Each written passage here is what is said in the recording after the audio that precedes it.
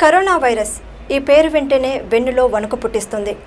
కంటికి కనిపించని కరోనా ఇప్పుడు యావత్ ప్రపంచానికే శత్రువులా మారింది.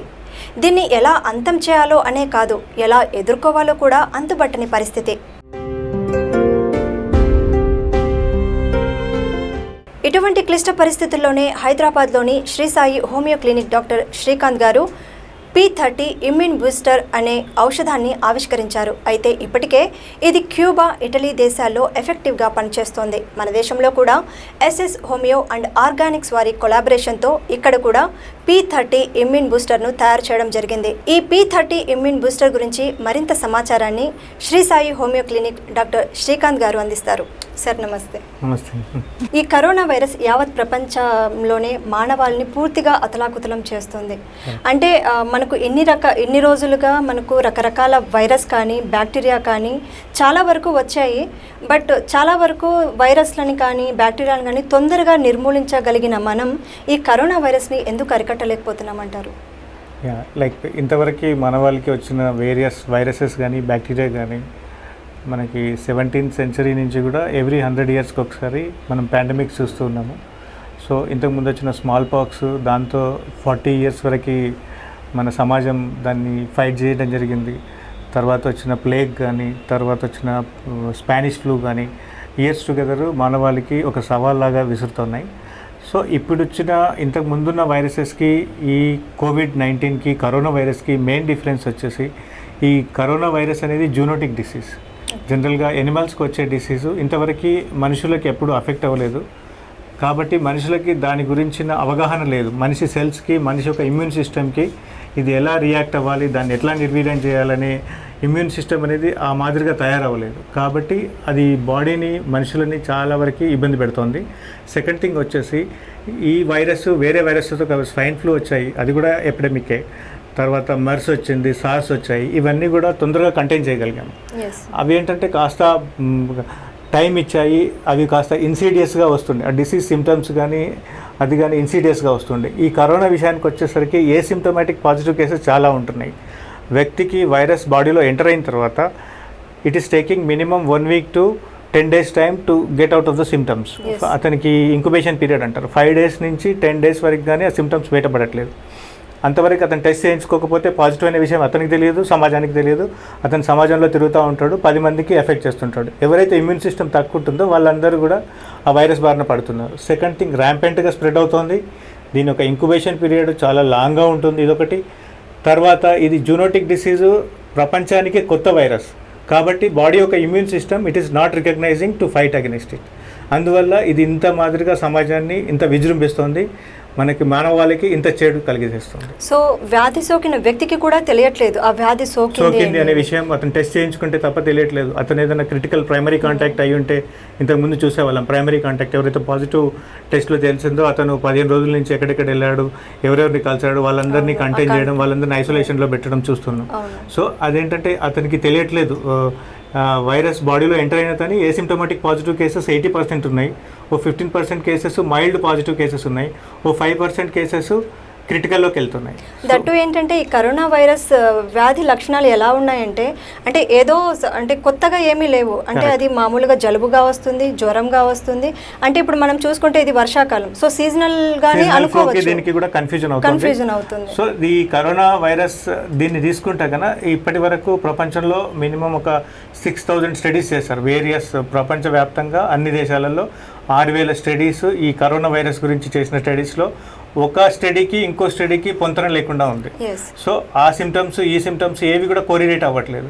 సో చాలా మటుకు దీంట్లో మేజర్ సిమ్టమ్ వచ్చేసి ఫీవర్ అనేది కామన్ సిమ్టమ్గా చూసాం 60% కేసెస్లో. కొంతమందికి గొంతు నొప్పి, వల్లు నొప్పులు, మెలేజ్ అంటారు. మెలేజ్ అంటే బాడీ వీక్నెస్, ఎక్స్ట్రీమ్ లిథార్జీగా డల్గా ఉండడం. కానీ ఇప్పుడు main prominent symptom taste, smell sensation తెలియకపోవడం మెయిన్ సిమ్టమ్స్. టేస్ట్లో కూడా మనం తీసుకున్నట్టయితే చాలా మందికి పులుపు తెలుస్తోంది పాజిటివ్ కేసెస్లో. ఓన్లీ స్వీట్ తెలియట్లేదు, స్వీట్ అండ్ ఉప్పు టేస్ట్ తెలియకుండా ఉంటుంది. అంటే దీంట్లో మెయిన్గా ఏంటి సార్ అంటే స్మెల్, టేస్ట్ అన్నారు కదా.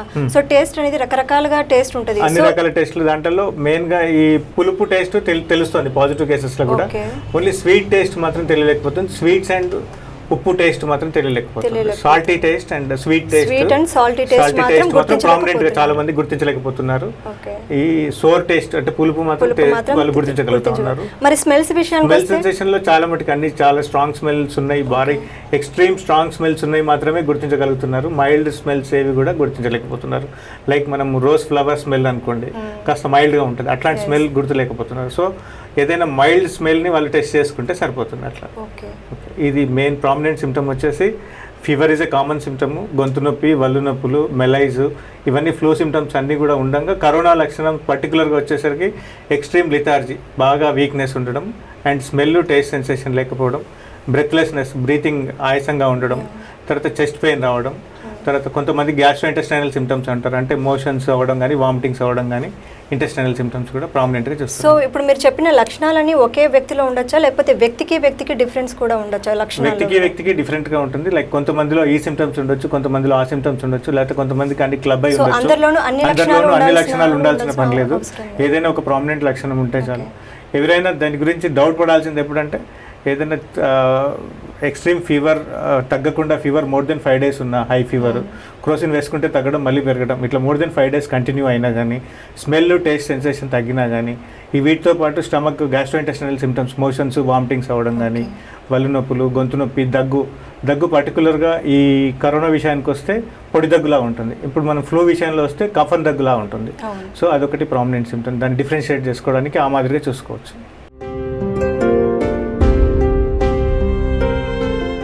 కరోనా వైరస్ తీవ్రత అనేది మనకు అంటే వరల్డ్ వైడ్గా చూసుకుంటే చాలా ఎక్కువగానే ఉంది సార్.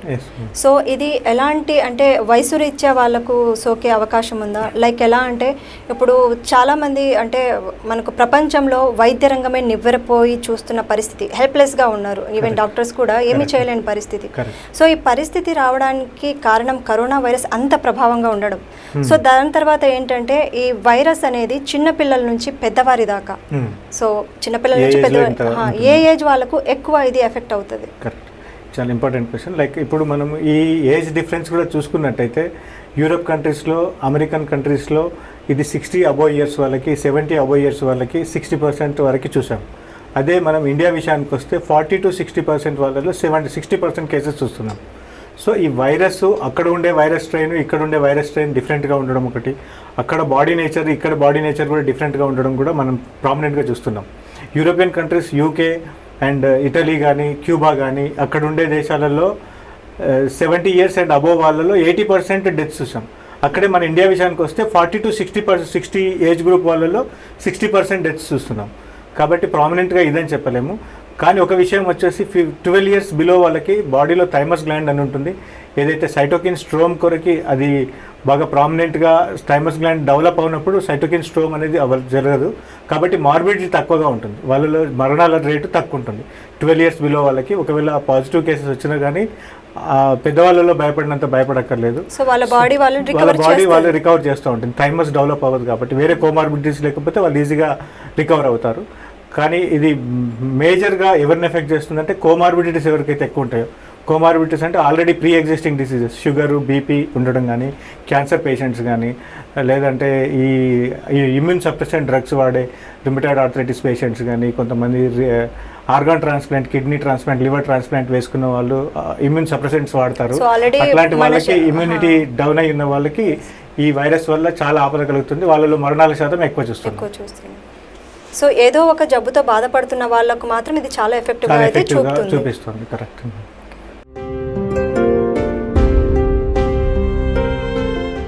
సార్ వ్యాక్సిన్ అంటే ఈ కరోనా వైరస్కి విరుగుడు వ్యాక్సిన్, ఏదో ఒక వ్యాక్సిన్ అయితే రావాలి మనకు.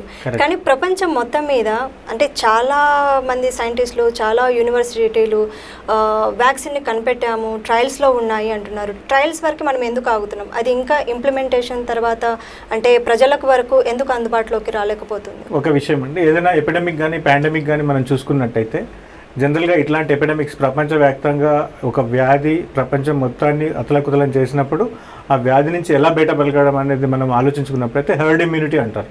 బాడీకి ఒక 50 to 60% ఆఫ్ ద పీపుల్ ఎవరైతే ఎఫెక్ట్ అయి ఉంటారో వాళ్ళకి ఆల్రెడీ ఒక రకమైన యాంటీబాడీస్ డెవలప్ అవుతాయి. యాంటీబాడీస్ వల్ల పక్క వాళ్ళకి వాళ్ళు ఎఫెక్ట్ చేయరు. ఆ మాదిరిగా వైరస్ అనేది సమాజం నుంచి వెదురుతుంది. సెకండ్ థింగ్ వ్యాక్సిన్ రావడం. వ్యాక్సిన్ రావడానికి జనరల్గా మనం ప్రీవియస్ హిస్టరీ తీసుకున్నట్టయితే స్మాల్ పాక్స్ విషయానికే వస్తే 40 years పట్టింది టైం ఆ వ్యాక్సిన్ డెవలప్ చేయడానికి. సో స్పానిష్ ఫ్లూ తీసుకున్నట్టయితే మినిమం 2 years పట్టింది. ఎనీ వ్యాక్సిన్ ఇప్పటి వరకు ఉన్న చరిత్రలో 18 months కంటే ముందు ఏ వ్యాక్సిన్ ఇప్పటి వరకు డెవలప్ చేసినా జరగలేదు. ఏదైనా వార్ ఫుడ్ లెవెల్లో చాలా ఇది ఉధృతంగా ఉంది, ప్రపంచాన్ని మొత్తం అతలకుతలం చేస్తుంది. కాబట్టి ఏదైనా వ్యాక్సిన్ తయారు చేసే దశలో వాళ్ళు లైక్ ఇది 4 stagesలో ఉంటుంది. ఫస్ట్ సెల్ లైన్స్ మీద టెస్ట్ చేస్తారు ల్యాబ్లో, ఇన్విట్రో ట్రయల్స్ అంటారు, అంటే ల్యాబ్లో టెస్ట్ చేస్తారు. సెకండ్ ఎనిమల్ ట్రయల్స్, తర్వాత హెల్తీ హ్యూమన్ బీయింగ్స్ మీద, తర్వాత ఈ డిసీజ్డ్ పర్సన్స్ మీద చేస్తారు. తర్వాత ఇంకోటి ఏంటి, అన్ని ఏజ్ గ్రూప్ వాళ్ళని, ప్రెగ్నెంట్ ఉమెన్ని, లాక్టేటింగ్ మదర్స్ని, అందరు ఏజ్ గ్రూప్ వాళ్ళని ఆ శాంపిల్లో చేసిన తర్వాతనే ఈ వ్యాక్సిన్ అనేది బయటికి రావడం జరుగుతుంది. ఎందుకంటే కనిపెట్టిన వ్యాక్సిన్ అందరికీ సూట్ అవ్వకపోవచ్చు, ఎందుకంటే దాంట్లో చిన్న పిల్లలు పూర్తిగా లాబొరేటరీ ట్రయల్స్ అన్ని అయిన తర్వాతనే మార్కెట్లోకి విడుదల చేయడం కానీ హెల్తీ పర్సన్స్కి ఇవ్వడం కానీ జరుగుతుంది. లేదంటే వ్యాక్సిన్ వల్ల మేల్ కంటే కీడు ఎక్కువ జరిగే అవకాశం ఉంటుంది కాబట్టి చాలా వికాల స్క్రీనింగ్ చేయాల్సి ఉంటుంది. అందువల్ల టైం జరుగుతుంది అట్లా. తర్వాత మేజర్ విషయం ఇంతకుముందు చెప్పుకున్నట్టే ఇది మినిమం 33 వేరియంట్స్ ఆఫ్ స్ట్రెయిన్స్ ఉన్నాయని తెలుస్తుంది. సో ఈ వైరస్ మ్యూటేషన్స్ చాలా ఫ్రీక్వెంట్గా మ్యూటేషన్ జరుగుతుంది, చాలా ర్యాపిడ్గా ఎవ్రీ 15 daysకి 1 monthకి మ్యూటేట్ జరుగుతుంది. కాబట్టి వైరస్ నేచరు, వైరస్ ప్రోటీన్ మారుతూ ఉంది కాబట్టి వ్యాక్సిన్ తయారు చేయడంలో కూడా టైం పడుతుంది అనిపిస్తుంది. సో అవన్నీ క్లబ్ చేసి వాళ్ళు దాన్ని డిఫరెంట్ స్ట్రెయిన్స్ని అన్నీ కూడా కలెక్ట్ చేసుకొని దాని ప్రోటీన్స్ని అట్లా చేయడం వల్ల దానికి టైం పడుతుంది అంటే ఇంకా టైం పట్టచ్చు అంటారు. ఎందుకంటే ఇప్పటికే మనం అంటే ఎగ్జాక్ట్గా మనకు తెలియదు. ఆల్రెడీ ఆక్స్ఫర్డ్ యూనివర్సిటీ వాళ్ళు కానీ రష్యన్ సైంటిస్టులు కానీ వ్యాక్సిన్ తొలి దశలో లైక్ అంటే ఫైనల్ స్టేజ్లో ఉంది, August 2nd week వరకు వస్తుందని చెప్తున్నారు. But wait and see, like అంటే ఎగ్జాక్ట్గా మనం ఏం చెప్పలేము. మన దగ్గర ఈ బయోటెక్ వాళ్ళు కూడా చేస్తారు కదా నిమ్స్లో స్టడీస్, ఓన్లీ 2 peopleకి హెల్తీ పీపుల్కి ఇచ్చారు, దే ఆర్ హెల్తీ అన్నట్టున్నారు. కానీ వాళ్ళల్లో యాంటీబాడీస్ ఏ మేరకు డెవలప్ అయినాయి, వాళ్ళకి మళ్ళీ వైరస్ ఎక్స్పోజ్ అవుతే వాళ్ళు రియాక్ట్ అవుతారా అవ్వరా అనేది అన్ని వేచి చూడాల్సిందే. లైక్ ఇదంతా కాస్త టైం పట్టేది, అందుకనే టైం పడుతుంది ఈ విషయంలో. సార్, సాధారణంగా ఒక వ్యాక్సిన్ కానీ బ్యాక్టీరియా కానీ మనిషి శరీరంలోకి ప్రవేశిస్తే మనిషి బాడీలో సహజ సిద్ధమైన యాంటీబాడీస్ ఉంటాయి. సో అవి వ్యాక్సిన్ కానీ బ్యాక్టీరియాని కానీ తట్టుకోగలిగే శక్తి యాంటీబాడీస్కి ఉంటాయి. కానీ ఈ కరోనా వైరస్ని మాత్రం తట్టుకోలేకపోతుంది. అంటే ఇది ఎంత వరకు తీవ్రత ఉంటుంది? లైక్ ఇంతకుముందు మనం అనుకున్నట్టే ఈ కరోనా వైరస్ అనేది జూనోటిక్ వైరస్. సో జంతువులకు వచ్చే వైరస్ అది మ్యూటేట్ జరిగి మనుషులను అఫెక్ట్ చేస్తుంది. సో ఇది మనుషులకు ఇప్పటివరకు అఫెక్ట్ అవ్వలేదు కాబట్టి human beings are it is like till now they don't know about how to fight with corona. So అందువల్ల వీళ్ళకి యాంటీబాడీస్ కానీ అవి కానీ డెవలప్ అవ్వలేదు. ఆ వైరస్ని రికగ్నైజ్ చేసి దాన్ని ఫైట్ చేసే యాంటీబాడీస్ మన బాడీలో లేవు. లైక్ మన mother nature has given us a very powerful immunity since our like inception of the life on the earth. చిన్నప్పటి నుంచి మనం ఎవల్యూషన్ ప్రాసెస్లో we evolved as a human beings, we are very powerful అని మనం అనుకుంటున్నాము. బట్ ఈ వైరస్కి మన బాడీ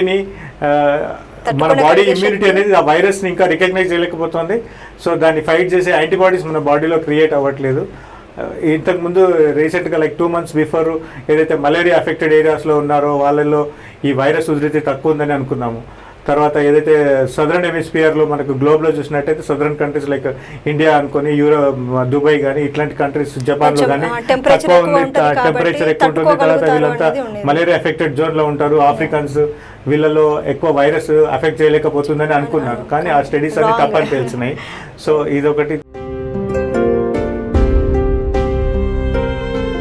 తర్వాత వచ్చేసి ఈ వైరస్ అనేది ఇప్పుడు మనుషుల వరకే, అంటే మ్యాన్ టు మ్యాన్, అంటే హ్యూమన్ టు హ్యూమన్ ఇది కరెక్ట్ ఎఫెక్ట్ చూపుతుంది. అంటే ఇప్పుడు మనం ఇంట్లో ఉంటే మనమే కాదు, మనతో పాటు పెట్స్ కూడా ఉంటాయి. సో అవి అంటే పెట్స్ కూడా ఎఫెక్ట్ అవుతాయా లేదా అనేది మీ question. Correct, it is very good question. Like ఇది ట్రాన్స్ఫర్ అవుతుందా? It is very good question. Like ఇంతవరకు ఈ పెట్స్లో విషయానికి వస్తే ఈ వేరియస్ స్టడీస్లో డాగ్స్ మాత్రం ఇమ్యూన్ టు కోవిడ్ అని తెలిసింది అన్నట్టు. డాగ్స్ మాత్రం అఫెక్ట్ అవ్వట్లేదు. ఈ బెల్జియంలో సమ్ క్యాట్స్కి ఈ కోవిడ్ వచ్చినట్టుగా తెలుస్తుంది.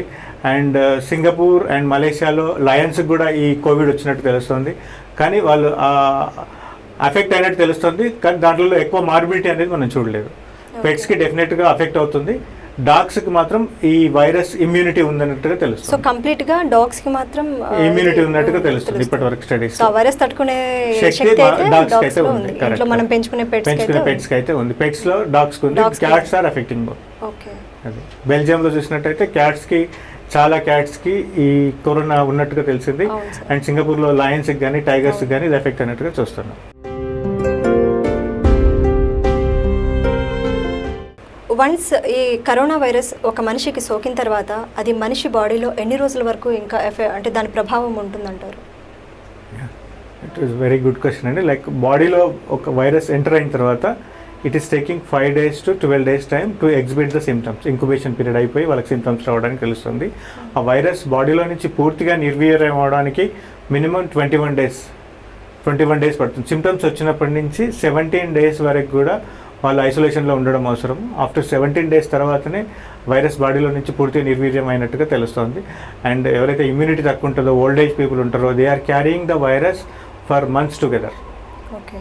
సో యాక్టివ్ ఫేజ్లో లేకపోయినా ఇన్యాక్టివ్ ఫేజ్లో వైరస్ వాళ్ళలో కనపడుతున్నట్టు కొన్ని కేసెస్లో చూస్తున్నట్టు తెలుస్తున్నాము. ఎంతైనా ఒక వ్యక్తి వైరస్తోని అఫెక్ట్ అయిన తర్వాత minimum 17 days isolation is must. Okay.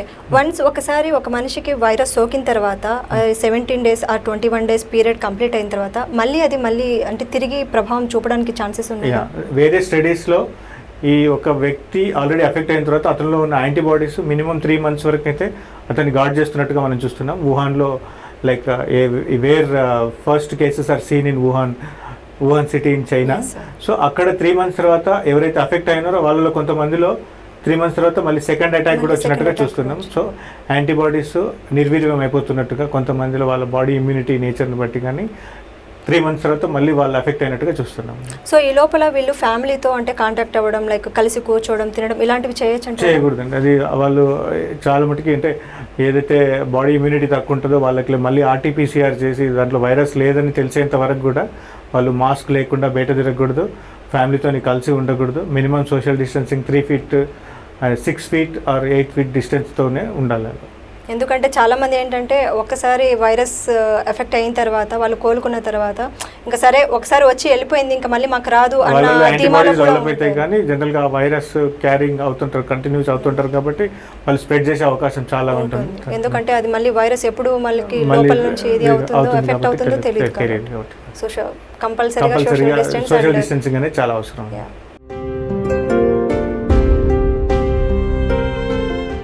Sir, ఇప్పుడు వైద్య చికిత్స విధానంలో అలోపతి మెడిసిన్ తీసుకుంటే రియాక్షన్ అనేది ఇమ్మీడియట్గా ఉంటుంది, కానీ హోమియోపతిలో కొంచెం టైం తీసుకుంటుంది. సో డిఫరెన్స్ ఎందుకు? మీ ఉద్దేశంలో రియాక్షన్ అంటే ఇమ్మీడియట్ ఎఫెక్ట్, వాళ్ళ క్యూర్ అనేది ఇమ్మీడియట్గా ఉంటుంది అన్నట్టు మీరు లైక్ హోమియోపతి ఈజ్ మోర్ ఎర్లీగా పనిచేస్తుంది. Only thing is people coming for homeopathy they try allopathy, Ayurveda అన్ని పత్తులు అయిపోయిన తర్వాత they come to homeopathy. So it is a great misconception among the society like homeopathy act slowly అని. Already వాళ్ళు allopathy try చేస్తారు, తర్వాత Ayurveda try చేస్తారు, ఇటు దగ్గర ఏదో నాటు మందులు ట్రై చేస్తారు. అన్నీ అయిపోయాక they come to as a last resort హోమియోపతికి వస్తారు. డిసీజ్ ముదిరిపోయి ఉంటుంది. అన్ని క్రానిక్ కేసెస్ రావడం వల్ల హోమియోపతి వాడిన వాళ్ళకి చాలా లేట్గా తగ్గుతోంది ఇది అనే మిస్కన్సెప్షన్ ఉంటుంది. బట్ ఎవరైతే patients at the early stage వస్తారో వీ హ్యావ్ కేసెస్ లైక్ అంటే జ్వరం వస్తే జనరల్గా అందరికీ 3 to 5 days పడుతుంది. హోమియోపతిలో వచ్చేసి second day they will be active and they are going to the work. So ఏదైతే కేసెస్ ఫ్రెష్గా వస్తారో న్యూ కేసెస్ ఉంటాయో వాళ్ళు డైరెక్ట్గా హోమియోపతి అడాప్ట్ చేసుకుంటే చాలా ఫాస్ట్గా రిజల్ట్ వస్తుంది. ఏదైతే సపరేషన్తో కేసెస్ వస్తారో ఆల్రెడీ అలోపతి వాడి ఆ మెడిసిన్ సపరేషన్స్ వల్ల ఆ డిసీజ్ ప్రోగ్రెస్ అయిపోయి చాలా డీప్ ప్యాథోలజికల్ కండిషన్తో వస్తారు కాబట్టి హోమియోపతిలో లేట్ అనిపిస్తుంది. అంతే హోమియోపతికి వచ్చే వాళ్ళు లాస్ట్ రిసార్ట్ లాగా క్రానిక్ డిసీజెస్కి ఎక్కడ సమాధానం వస్తారు కాబట్టి ఆ మిస్కన్సెప్షన్ ఉంటుంది. కానీ it is a very like A prominent misconception among the society. So అలా కాకుండా ఏదైనా అంటే జ్వరం కానివ్వండి, ఇంకా ఏదైనా వ్యాధి జ్వరం కానీ, జలుబు కానీ, మోషన్స్ కానీ ఇట్లాంటి అక్యూట్ కండిషన్స్కి హోమియోపతిలో ఇమీడియట్ రెస్పాన్స్ ఉంటుంది. సో డైరెక్ట్గా ఏ చికిత్సా విధానాలకు వెళ్ళకుండా డైరెక్ట్గా హోమియోపతి వాడితే ఆ డిసీజ్ ప్లాన్ కూడా మనకి వెంటనే తెలుస్తుంది. వాళ్ళకి 2 రోజు 3 రోజు రిజల్ట్ కనపడుతుంది, తగ్గినట్టుగా చూస్తాం. అదే వాళ్ళు ఆల్రెడీ 4-5 days అక్కడ వాడొస్తారు, అది ఆ డిసీజ్ అనేది మోర్ డీపర్గా వెళ్ళి ఉంటుంది, డిసీజ్ ప్యాథాలజీ అనేది డీప్గా పోయి ఉంటుంది, దాన్ని క్యూర్ చేయడానికి చాలా టైం పడుతుంది. కాబట్టి అట్లా వాళ్ళకి లేట్గా ఎస్ సార్, దిస్ కనపడుతుంది. Is a great explanation. ఎందుకంటే ఇప్పటి వరకు జనాలు అనుకునేది ఏంటంటే సో ఫస్ట్ అంటే వాళ్ళకి ఏదైనా జబ్బు చేసినప్పుడు ఫస్ట్ డాక్టర్ దగ్గరికి వెళ్తారు, సో అలోపతి మెడిసిన్ అవి ఇవి వాడతారు, తీసేసుకుంటారు, correct. వాడతారు. తర్వాత ఇంకేమీ లేదు ఇంట్లో అనుకున్నప్పుడు ఉండే హోమియోపతి remedies ట్రై అని చేద్దాము try అన్నట్టుగా చేద్దాం వస్తారు. అన్నట్టుగా వస్తారు. సో అలా కాకుండా ఏదైనా జబ్బు సోకినప్పుడు లేదా వ్యాధి సోకినప్పుడు డైరెక్ట్ గా హోమియోపతికి వస్తే Correct. అక్కడ కూడా any acute disease like fevers కానీ, కోల్డ్ కానీ, కాఫ్ కానీ, గొంతు నొప్పులు కానీ, త్వరిత ఉపశమనం అనేది మనకు హోమియోపతి ద్వారా కూడా కలుగుతుంది. Like most of the functional disorders are easily curable with homeopathy. Very rapid, gentle and easy cure అనేది హోమియోపతిలోనే పాసిబిలిటీ ఉంటుంది. ఎందుకంటే ఇది చాలా ముఖ్యమైన విషయం, ఎందుకంటే చాలా మంది ఫస్ట్ వేరే బాడీ ఆర్గాన్స్ ఎఫెక్ట్ చేయకుండా సింపుల్ గా క్యూర్ చేస్తుంది. లైక్ హోమియోపతికి అలోపతికి వచ్చేసరికి మేజర్ డిఫరెన్స్ ఏంటంటే homeopathy treats the human being, not the disease. We treat the human in the disease. Like allopathy treats the disease in the human, అంటే వాళ్ళు డిసీజ్ని టార్గెట్ చేసి డిసీజ్ని ట్రీట్ చేయడానికి చూస్తారు. Homeopathy treats the human beings to fight against the disease. వ్యక్తి యొక్క ఇమ్యూనిటీని boost up చేసి వ్యక్తిని డిసీజ్కి అగెన్స్ట్గా ఫైట్ చేసే శక్తిని హోమియోపతి మందులు కలిగిస్తాయి. సో మనం డైరెక్ట్గా డిసీజ్ని అఫెక్ట్ చేయదు మెడిసిన్. సో అందువల్ల మనకు పర్మనెంట్ క్యూర్ అనేది, కంప్లీట్ క్యూర్ అనేది హోమియోపతిలో చూస్తుంటాం. సో దట్స్ వై, ఎందుకంటే ఎక్కువ అంటే మనం అలోపతి మెడిసిన్ విధానానికి వెళ్తే సో రియాక్షన్ అనేది అంటే ఒక్కసారిగా అది ప్రాణాంతకం కూడా కావచ్చు, కానీ హోమియోపతిలో అలా ఉండదు. సైడ్ ఎఫెక్ట్స్ ఉండవు, ఎలాంటి సైడ్ ఎఫెక్ట్స్ ఉండవు. హోమియోపతిలో బాడీ ఇమ్యూనిటీని అఫెక్ట్ చేస్తుంది, ఇమ్యూనిటీ బూస్ట్ చేసి బాడీని ఫైట్ చేయడానికి ట్రై చేస్తుంది, కాబట్టి దీంట్లో అలా ఉండదు. కరెక్ట్.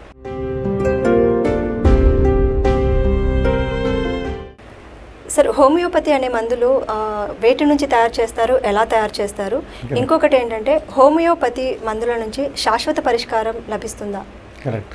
ఇంతకు ముందు డిస్కస్ చేసుకుంటే హోమియోపతి మెడిసిన్స్ ఈ డిఫరెంట్ ఆరిజిన్స్ నుంచి, like sources of medicines for homeopathy are all origins. Like most of the plant origins are there. Herbs, plants నుంచి ఉంటుంది. తర్వాత ఎనిమల్ సోర్సెస్ నుంచి కూడా ఉంటుంది. పాము విషం నుంచి లాకెసిస్ అని, క్రోట్లస్ సారిడస్ అనేది ఇస్తారు. తర్వాత తేనెటీగ నుంచి ఎపిస్మెల్ అనేది ఉంటుంది. తర్వాత కొన్ని బొద్దింకల నుంచి కూడా మెడిసిన్స్ ఉంటాయి. So plant origin, Animal origin, తర్వాత మినరల్స్ లైక్ ఆర్సెనిక్ ఆల్బమ్ ఏదైతే మనము ఈ కోవిడ్ గురించి వాడుతున్నామో ఇట్ ఈస్ ఏ మినరల్. ఇట్లాంటి మినరల్స్ నుంచి ఉంటుంది. తర్వాత ఈ కెమికల్స్ నుంచి ఉంటుంది.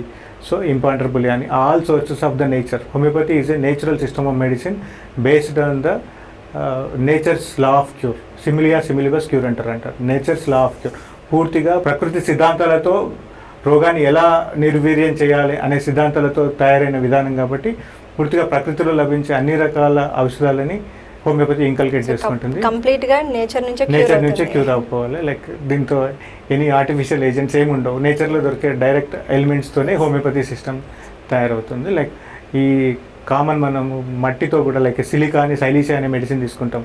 Every element in the universe which is having a medicinal power, but only thing is దాని హోమియోపతి సిస్టమ్ ద్వారా దాంట్లో ఉండే మెడిసినల్ ఏజెంట్ని అనిలేట్ చేస్తాం, దాన్ని యాక్టివేట్ చేసి దానివల్ల వ్యక్తి యొక్క ఆరోగ్యాన్ని మెరుగుపరచడానికి హోమియోపతిలో ట్రై చేస్తుంటాం. కాబట్టి everything in the universe having a some changes in the body, like body మెటబాలిజంని, బాడీ యొక్క ప్యాథాలజీని, బాడీ యొక్క ఫిజియాలజీని అఫెక్ట్ చేసే గుణం కలిగి ఉంటుంది.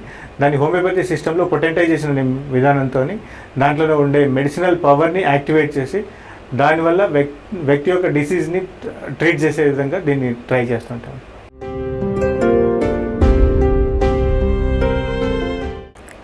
ఇప్పుడు ప్రతి మనిషి శరీరంలోనూ లైక్ యాంటీబాడీస్ అనేది సహజ సిద్ధంగానే ఉంటాయి. సో వీటిని మనం ఆర్టిఫిషియల్గా అంటే మనిషి శరీరంలోకి ప్రవేశపెట్టే ఛాన్సెస్ ఉంటాయా? అండ్ ఇంకొకటి ఏంటంటే అలోపతి మెడిసిన్ కంటే హోమియోపతి మెడిసిన్ సేఫ్ ఎందుకంటారు? లైక్ ఇప్పుడు చేసే పద్ధతి అదే అండి. ప్లాస్మా థెరపీ అని మనం ఫ్రీక్వెంట్గా వింటున్నాం. ప్లాస్మా థెరపీ అంటే ఆల్రెడీ ఎఫెక్ట్ అయిన పేషెంట్, లైక్ కోవిడ్తో ఎఫెక్ట్ అయిన పేషెంట్ ఏవైతే రికవర్ అవుతారో వాళ్ళ లోపల యాంటీబాడీస్ ఉంటాయి.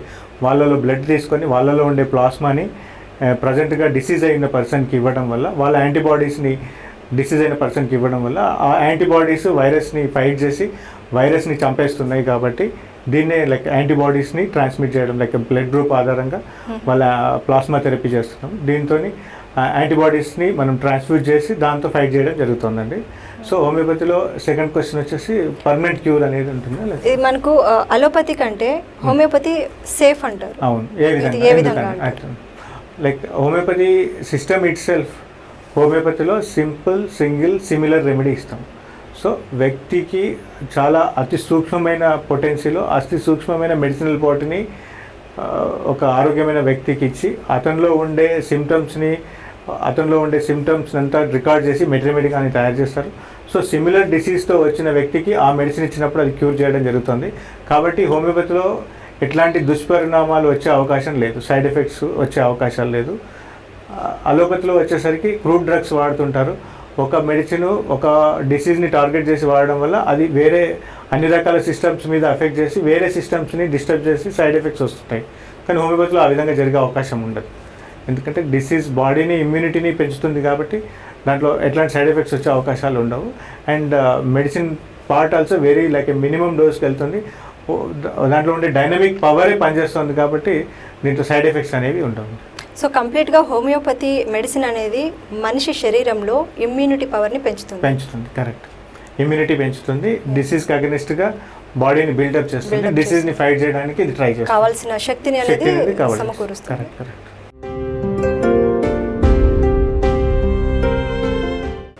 సరే, కరోనా వైరస్ అనేది ఒక మనిషికి దరిచేరకుండా ఉండాలంటే తీసుకోవాల్సిన జాగ్రత్తలు ఏంటి? అలాగే ఈ కరోనాతో మనుషులు మొత్తం సహజీవనం చేయాల్సిందని అంటారా? ఇది ఎప్పటి వరకు అలా ఉంటుంది? కరెక్ట్, ఇది ఎప్పటి వరకు ఉంటుంది అనేది it is a big mystery అండి. లైక్ యాక్చువల్గా ఏదైనా వైరస్ మన ప్రపంచం నుంచి బయటకు వెలుగుతారంటే ఇంతకుముందు చెప్పుకున్నట్టుగానే ఏదైనా వ్యాక్సిన్ అన్న రావాలి, లేదంటే బాడీలో అందరికీ కూడా ఇమ్యూనిటీ పెరగాలి. లైక్ హర్డ్ ఇమ్యూనిటీ అంటారు. 50 to 60% of the society, if they get affected, then they get a immunity and they won't transmit to the other people. అలా జరగడం వల్ల 50 to 60% of the society effect అయినప్పుడు చాలా మరణాలను మనం చూస్తాం. That is very hard to hear. So vaccine రావడం అనేది చాలా టైం పడుతుంది. కానీ ప్రీవియస్ హిస్టరీ మనం స్పానిష్ ఫ్లూ తీసుకున్నట్టయితే 1918 నుంచి 1920 వరకు కూడా స్పానిష్ ఫ్లూ వల్ల దాదాపుగా 1 కోటి మంది చనిపోయినట్టుగా చూస్తున్నాం. సో దీని గురించి మనం క్లియర్గా చెప్పడం అనేది ఎగ్జాక్ట్ ఫిగర్స్ రీసెర్చ్ అనేది ఎక్స్పెక్ట్ చేయలేము. బట్ ఓన్లీ థింగ్ ఇంతవరకు మనకి ఏంటంటే ఎనీ డిసీజ్ గురించి కూడా prevention is better than cure అనేది మనం విన్నాం. కానీ ఈ కరోనా విషయానికి వస్తే ప్రివెన్షన్ ఈజ్ ఇన్ఎవిటబుల్లా కనపడుతుంది ఇప్పుడున్న సిచ్యువేషన్కి. ఇన్ ఫ్యూచర్ ఏం చెప్పలేము, prevention is inevitable. Otherwise like asymptomatic positive cases 80% ఉన్నాయి. That is a very happy thing to know. But ఏదైతే 20%లో ఉన్నారో 20%లో 5% కేసెస్ ఏదైతే డెత్స్ మనం చూస్తున్నామో 2%, 3%, ఆ 2%, 3% deaths also a very large figure. It is very rampantly spreading. Like రీసెంట్గా చూస్తాం every day మన దగ్గర ఇండియాలో 45,000 to 50,000 కేసెస్ వస్తున్నాయి. దీంట్లో 5% కేసెస్ అంటే లైక్ చాలా మేజర్ ఫిగర్. చాలామంది హెల్తీ పీపుల్ అంతా కూడా చనిపోవడం జరుగుతుంది. కాబట్టి దీని ప్రివెంటివ్ మెజర్స్ చాలా ఇంపార్టెంట్. ప్రివెంటివ్ మెజర్స్కి వచ్చేసరికి మెయిన్ కరోనా విషయంలో ఈ 6 నెలల నుంచి మనం నేర్చుకుంది ఏంటంటే సోషల్ డిస్టెన్సింగ్. లైక్ కరోనా అనేది penetration through droplet infection and nasal and mouth etiquette అంటారు. అంటే నోట్లో నుంచి ముక్కులో నుంచి వచ్చే సీక్రేషన్స్ని వల్లనే ఇది ర్యాపిడ్గా స్ప్రెడ్ అవుతుందని తెలుస్తుంది. కాబట్టి సోషల్ డిస్టెన్సింగ్ మెయింటైన్ చేయడం వల్ల, సోషల్ డిస్టెన్సింగ్ అంటే 3 feet కాదు, ఇప్పుడు లైక్ WHO గైడ్లైన్స్ ప్రకారంగా minimum 6 feet distance, like 2 meters distance maintain చేస్తే ఆ వైరస్ అనేది స్ప్రెడ్ కావడం జరుగుతుంది. సెకండ్ థింగ్, మినిమం 15 ఏదైనా ఎంత ఇంపార్టెంట్ ఇష్యూ ఉన్నా కానీ మోర్ దెన్ 15 minutes ఒక ప్లేస్లో ఉండకుండా ఉంటే మోర్ దెన్ 5 people ఉన్న గ్యాదరింగ్లో ఆ వైరస్ ట్రాన్స్మిషన్ అనేది ఆపడం జరుగుతుంది. సో ఇట్లాంటి కేర్ ప్రతి ఒక్కరు తీసుకోవాలి. మినిమం 6 feet డిస్టెన్స్ చేసుకోవాలి. ఎక్కడైనా బ్యాంక్ కానీ లేకపోతే వాళ్ళకి ఉన్న ఇంపార్టెంట్ ఆఫీస్కి వెళ్ళినా కానీ అక్కడ మోర్ దెన్ 15 minutes వెయిట్ చేయకుండా గుమిగూడే ప్లేస్లలో ఉండకుండా ఉండడం second thing. Third and very most important thing is proper wearing of the mask. Proper wearing and proper mask is very important. ఈ మాస్క్లో కూడా మనం చాలా రకాలు చూస్తుంటాం. లైక్ రీసెంట్గా వాల్వ్ ఉన్న మాస్క్లు పెట్టుకుంటున్నారు. అది వైరస్ని ఓన్లీ 0% ప్రొటెక్షన్ మాత్రమే ఇస్తుంది. అది N95 mask, like where the critical environment is there, మనం హాస్పిటల్స్కి వెళ్ళాము లేకపోతే ఎక్కడైతే చాలా గ్యాదరింగ్ ఉంటుందో అట్లాంటి దగ్గర సర్జికల్ మాస్క్ కానీ N95 మాస్క్ కానీ పెట్టుకోవాలి. అది వేర్ చేయడం కూడా చాలా ఇంపార్టెంట్. లైక్ చాలామంది స్టైలిష్గా ఏదో ముక్కు కింద నుంచి పెట్టుకుంటారు, లేకపోతే నోరు కవర్ చేసుకోరు, లేకపోతే ఏదో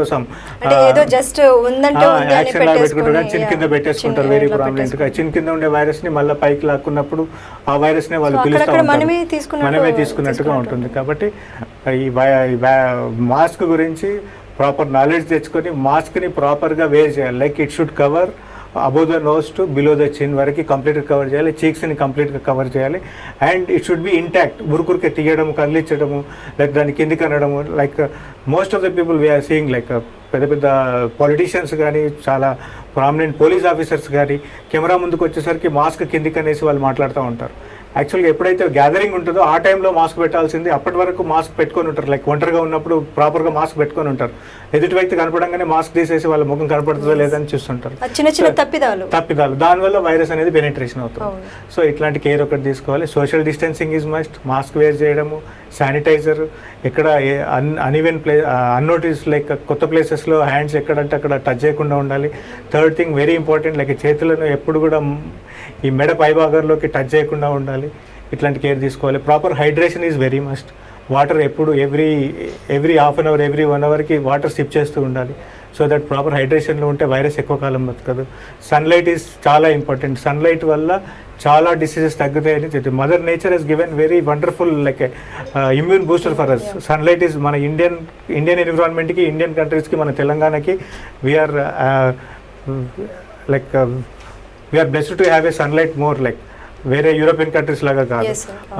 ఒక స్టడీస్లో ఏదైతే మనకి మైకోబాక్టీరియం ట్యూబర్క్యులోసిస్ టీబీ పేషెంట్ ఒక ట్యూబర్క్యులోసిస్ వైరస్ తగ్గడానికి మల్టీ డ్రగ్ థెరపీ 4 రకాల మందులు 2 సంవత్సరాలు వాడితే తగ్గని యొక్క బ్యాక్టీరియా సన్లైట్లో మనం ఒక 15 మినిట్స్ ఎక్స్పోజ్ అవుతే ఆ బ్యాక్టీరియా చనిపోతుంది. సో సన్లైట్కి ఎక్స్పోజ్ అవ్వడం అనేది ప్రతి ఒక్కరు కూడా అలవాటు చేసుకోవాలి. మినిమం 15 మినిట్స్ సన్లైట్కి ఎక్స్పోజ్ అవ్వాలి. 15 to 20 మినిట్స్ ప్రాపర్ ఎక్సర్సైజ్ ఉండాలి. And breathing exercise is very important. Lungs యొక్క కెపాసిటీ పెంచుకోవాలి. లంగ్స్ యొక్క వైటల్ కెపాసిటీ పెంచుకొని లంగ్స్లో ఎక్కడ స్టాగ్నెంట్గా లేకుండా, ఫ్లూయిడ్స్ లేకుండా ప్రాణాయామం కానీ, కపాలభాతి కానీ, భస్త్రికా కానీ ఇట్లాంటి వ్యాయామాలు చేస్తూ ఉండాలి. సో ప్రాపర్ న్యూట్రిషియస్ ఫుడ్, అన్ని రకాలైన green leafy vegetables, fruits, like colourful vegetables like capsicum కానీ, పాలక్ కానీ, క్యారెట్ కానీ, ఆరెంజెస్ కానీ, దానిమ్మ, ఇట్లాంటి కలర్ఫుల్ ఆబ్జెక్ట్స్లో యాంటీబాడీస్ క్రియేట్ చేసి యాంటీబాడీస్ బాడీని ప్రొటెక్ట్ చేసే ఎలిమెంట్స్ చాలా ఉంటాయి. సో ఫుడ్ వల్ల కూడా మనం ఇమ్యూనిటీ బూస్ట్ చేసుకోవచ్చు. జింక్ అండ్ బి కాంప్లెక్స్ ఉండే ఫుడ్ ప్రాపర్గా తీసుకోవాలి. వైటమిన్ డి, కాల్షియం ఇవన్నీ ఉండేటట్టుగా ప్రాపర్ కంప్లీట్ న్యూట్రిషియస్ ఫుడ్ తీసుకొని sunlight exposure, exercise and social distancing ఇట్లాంటి కేర్ తీసుకుంటే వైరస్ని మనం ప్రాపర్గా ప్రివెంట్ చేయగలుగుతాము. వీటితో పాటు హోమియోపతిలో అద్భుతమైన రోగనిరోధక శక్తి పెంచే మందులు ఉన్నాయి. హోమియోపతిని అడాప్ట్ చేసుకొని ఈ వైరస్ విషయానికి వస్తే ఒక విషయం మనం ప్రామినెంట్గా చూస్తున్నాం. ఎవరికైతే ఇమ్యూనిటీ, ఆల్టర్డ్ ఇమ్యూనిటీ అంటారు, అంటే ఇమ్యూనిటీ ప్రాపర్ వేలో లేకుండా ఆల్టర్ అయిపోయి అది అపసవ్య దిశలో నడవడం వల్ల వ్యక్తి మరణానికి, మన బాడీ ఓన్ ఇమ్యూనిటీ ఆటోఇమ్యూన్గా పనిచేసి వ్యక్తి మరణానికి దారితీస్తుంది. అట్లాంటి అసంబద్ధమైన అంటే altered immunity, non sensical immunity and deranged immunity, it is causing disease like morbidity in the people. So అట్లాంటి వాటికి హోమియోపతిలో చాలా చక్కని పరిష్కారం ఉంది.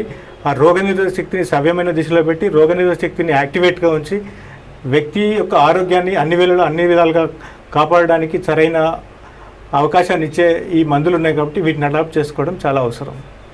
సరే, ఇప్పుడు అంటే లైక్ పబ్లిక్కి కూడా ఏంటంటే ఇమ్యూనిటీ అనేది ఇప్పుడు కొంచెం కాన్సన్ట్రేట్ చేస్తున్నారు. అసలు ఈ ఇమ్యూనిటీ అనేది దాని గురించి ఇంకా ఎక్కువ ఇన్ఫర్మేషన్. ఇమ్యూనిటీ అంటే రోగనిరోధక శక్తి. ఇంతకుముందు చెప్పుకున్నట్టు మన body, human beings are well equipped with all types of immunity. Like మన బాడీ స్కిన్ వచ్చేసి చాలా మటుకి వైరసెస్ని, బ్యాక్టీరియాని పైనని రివిరియన్ చేస్తుంది.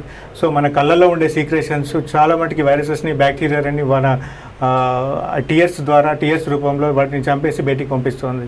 లైక్ మన ముక్కులో ఏదైనా బ్యాక్టీరియా కానీ, వైరస్ కానీ వెళ్ళినప్పుడు, like Covid virus it is penetrating, but other viruses which are very mild in nature and which are very అది ఉంటాయో అవన్నీ ముక్కులో వెళ్ళినప్పుడు వెంటనే మనకి తుమ్ము రూపంలో వచ్చి మనకు తుమ్మడం వల్ల ఆ వైరస్ని బయటికి ప్రాదూరడం జరుగుతుంది. గొంతులో వచ్చినప్పుడు దగ్గు రూపంలో వచ్చి ఆ వైరస్ని బయటికి పంపడం జరుగుతుంది. ఇదంతా కూడా బాడీలో ఒక రకమైన ఇమ్యూన్ సిస్టమ్ డెవలప్ అవడం వల్లనే ఉంటుంది.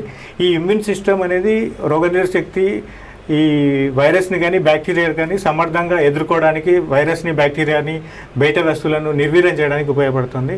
ఇప్పుడు ఈ ఇమ్యూనిటీ అనేది ప్రామినెంట్గా చూస్తున్నాం. ప్రతి ఒక్కరు సెంట్రల్ గవర్నమెంట్, ఆయుష్ డిపార్ట్మెంట్ కానీ, మోడీ కానీ ఈ కషాయం తాగండి, వీటి వల్ల ఇమ్యూనిటీ పెరుగుతుంది అని చెప్తున్నారు. సో ఇమ్యూనిటీ అనేది బాడీ యొక్క సెల్స్ యొక్క reaction towards a foreign agent. So అట్లాంటి యాంటీజెన్స్ అంటారు. యాంటీజెన్స్ అండ్ యాంటీబాడీస్ అనేది మనం ఇమ్యూనిటీలో చూస్తుంటాం. యాంటీజెన్స్ అంటే ఒక దొంగ రావడం అనేది యాంటీజెన్. లైక్ దొంగని అగెనెస్ట్గా పోలీసులు ఫైట్ చేయడం అనేది అనేది పోలీసులు వస్తారు. లైక్ ఒక దగ్గర దొంగతనం జరిగింది, దే ఆర్ యాంటీజెన్స్, అండ్ పోలీసులు వచ్చి వాళ్ళని ఫైట్ చేస్తారు, దే ఆర్ యాంటీబాడీస్. సో ఎప్పుడైతే యాంటీబాడీస్ వస్తాయో యాంటీజెన్స్ని నిర్వీర్యం చేస్తాయి. అలాగా దీన్ని సిస్టమ్ ఈక్వల్ అయిపోతుంది. కానీ ఈ వైరస్ విషయంలో వచ్చేసరికి బాడీ యొక్క రోగనిరోధక శక్తి అబ్నార్మల్గా రియాక్ట్ అవుతుంది. అక్కడ ఉండే యాంటీజెన్ ఒకటే ఉంటుంది, కానీ ఈ యాంటీబాడీస్ ఇన్యూమరస్గా అవసరం లేకుండా ప్రొడ్యూస్ అవుతున్నాయి, వచ్చేసి మన బాడీ సెల్స్ని డ్యామేజ్ చేస్తున్నాయి. డ్యామేజ్ చేయడం వల్ల లంగ్స్లో నీరు చేరిపోతుంది, లంగ్స్లో నీరు చేరి వాళ్ళకి శ్వాస ఇబ్బంది అవుతుంది. శ్వాస ఇబ్బంది అవ్వడం వల్ల మల్టీ ఆర్గాన్ ఫెయిల్యూర్లోకి పోతున్నారు.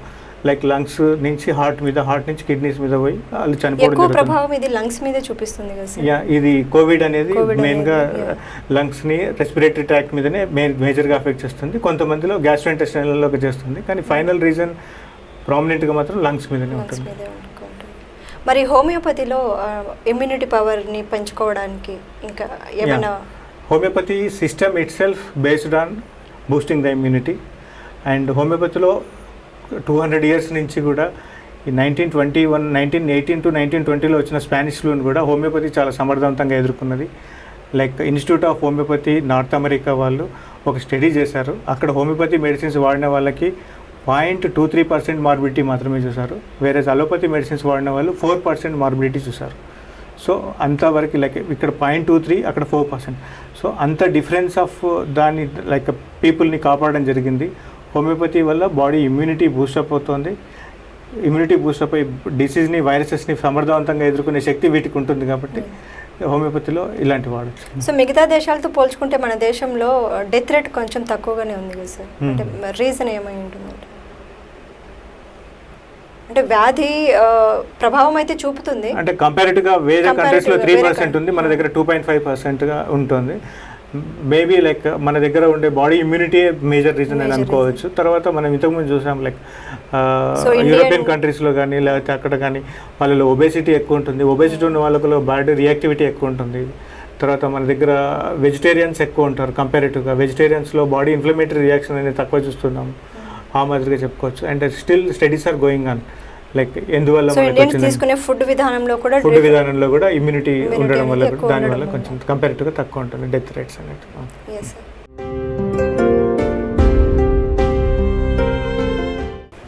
లైక్ గత 6 నెలలుగా మనము లైక్ ఫస్ట్ కేసు వుహాన్లో డిసెంబర్ 31st రోజు like China government has declared like అక్కడ వుహాన్లో ఉండే వెజిటేబుల్ లైక్ ఫిష్ మార్కెట్లో, సీ ఫుడ్ మార్కెట్లో చాలామంది పేషెంట్స్కి ఎవరైతే దగ్గు, పిల్లికుతలు, ఆయాసము, న్యూమోనియాతో బాధపడుతూ చనిపోవడం జరిగిందని ఫస్ట్ కేసెస్ డిటెక్ట్ అయింది.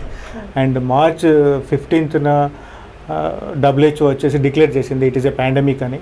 సో అప్పటి నుంచి కూడా ఈ వైరస్ చాలా ర్యాంపెంట్గా దాదాపుగా ప్రపంచంలో ఉండే అన్ని దేశాలకు 211 దేశాలలో చాలా తీరని నష్టం జరిగింది.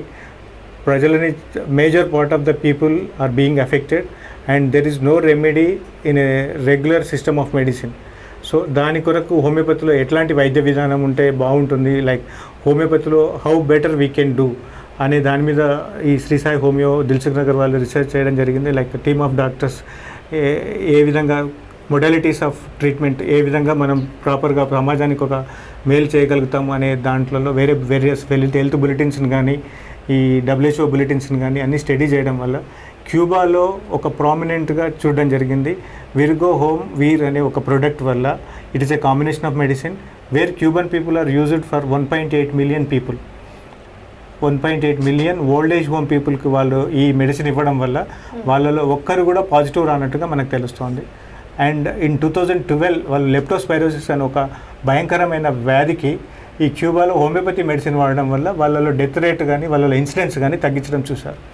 So that it is a very prominent like మనకి అక్కడ చాలా ప్రామినెంట్గా మంచి రిజల్ట్ ఉన్న మెడిసిన్ ఒకటి హోమియోపతి అక్కడ హెల్ప్ చేసిందనే ఉద్దేశంతో మన హైదరాబాద్లో కూడా తెలంగాణలో ఏదైనా ఒక మంచి హోమియోపతిక్ ప్రోడక్ట్ వల్ల సమాజానికి కాస్త బెనిఫిట్ అయ్యే విధంగా మనం చేద్దామనేసి ఈ P30 homeo immune booster drops అనేది తీసుకురావడం జరిగింది.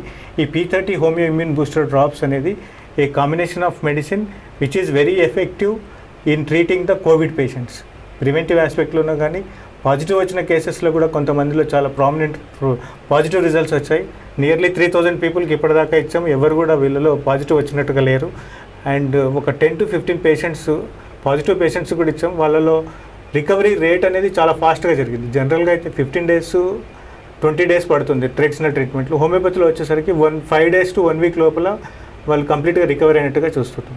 సో ఈ మాదిరిగా P30 homeo immune booster drops అనేది ఇమ్యూనిటీని హోమియోపతి ఈ విధంగా బూస్ట్ చేసి ఇంతకుముందు చెప్తున్నట్టుగా నాన్ సెన్సికల్గా అబ్నార్మల్ ఇమ్యూనిటీని సవ్యమైన దిశలో పెట్టి వాళ్ళలో ఇమ్యూనిటీని బూస్టప్ చేసి ఈ వైరస్ లోడ్ని వైరీమియాని సమర్థంగా ఎదుర్కొని వైరస్ యొక్క మార్బిడిటీని తగ్గించడం మనం ప్రామినెంట్గా చూసాం. కాబట్టి ఈ P30 homeo immune drops it is helping the people like వాళ్ళలో కాన్ఫిడెంట్గా ఇది వాడడం వల్ల వైరీమియాని తగ్గిస్తుంది, వైరస్ లోడ్ తగ్గుతుంది, అట్లాగే వైరస్ యొక్క మార్బిలిటీ అది పెనెట్రేట్ అయ్యి డ్యామేజ్ చేసే కండిషన్స్ని కూడా తగ్గించడం మనం చూసాం. కాబట్టి దీన్ని అందరూ కూడా వాడి బెనిఫిట్ పొందాలని అనుకుంటున్నాం. సో దీనివల్ల ఎటువంటి సైడ్ ఎఫెక్ట్స్ లేదంటారా? దట్టు ఇంకొకటి ఏంటంటే ఇది డోసేజ్ ఎలా ఉంటుందంటారు? ఎందుకంటే చిన్నపిల్లలు ఉంటారు, పెద్దవాళ్ళు ఉంటారు, మిడిల్ ఏజ్ వాళ్ళు ఉంటారు. ఈ ఇమ్యూన్ బూస్టర్ డ్రాప్స్ పూర్తిగా నేచురల్ మెడిసిన్స్.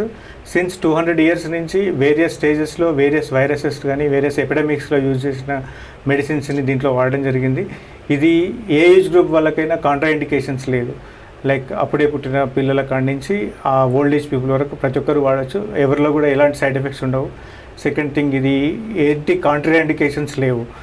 ప్రెగ్నెంట్ ఉమెన్ కానీ, డయాబెటిక్ కానీ, క్యాన్సర్ పేషెంట్స్ కానీ ఇట్లా ప్రతి ఒక్కరిలో కూడా ఎవరైనా వాడవచ్చు. దీనివల్ల ఎట్లాంటి కాంట్రా ఇండికేషన్స్ లేవు, సైడ్ ఎఫెక్ట్స్ ఉండవు. డోసేజ్ విషయానికి వస్తే ఇది డ్రాప్స్ లాగా ఉంటుంది, లిక్విడ్ ఫామ్లో ఉంటుంది.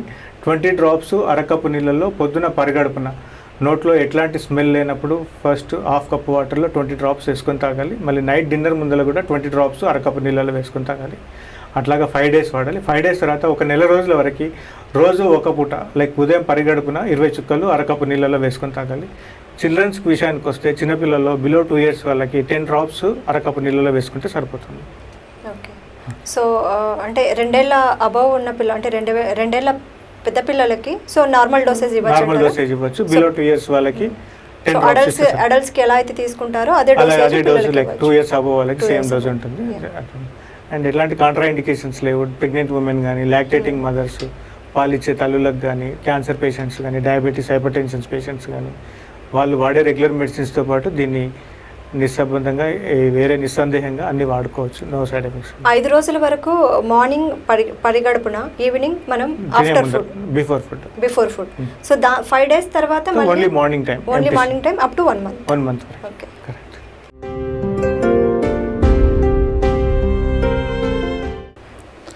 Thank you for calling us here, and on behalf of Homeo SS Homeo and Organics, we would like to introduce this product P30. ఇది మార్కెట్లో అవైలబుల్ ఉందండి through online. You can order it on 9849214256. That's the contact number. And we're coming to the market and we're going to go with Apollo very soon. There are some nitty-gritties are there. So once that is through, then we are trying to provide it to the public through 50 stores of Apollo. So that would be, we are just expecting it to be another week from now. Okay. Currently it is available with Sagar Homeo in multiple branches. And for the safety of the public, online you can order from anywhere. We are sending it to Bangalore, Chennai and other parts of the country. In Telangana, most of the districts we have already sent because there are a lot of inquiries for this product. So I hope everyone will take this opportunity and safeguard themselves from the COVID. Thank you. Definitely, sir.